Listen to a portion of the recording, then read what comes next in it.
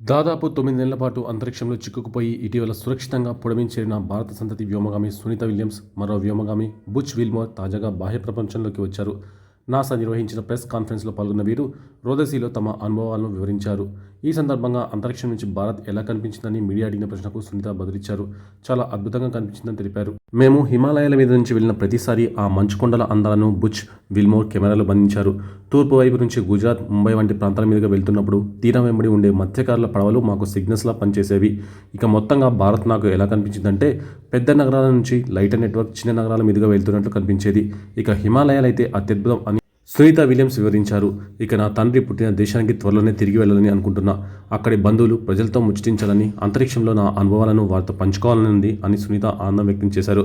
భారత్ అద్భుతమైన ప్రజాస్వామ్య దేశమని, అంతరిక్ష యాత్రల్లో విజయాలు సాధిస్తున్న దేశాల సరసన నిలుస్తున్న గొప్ప దేశమని సునీత విలియమ్స్ కొనియాడారు.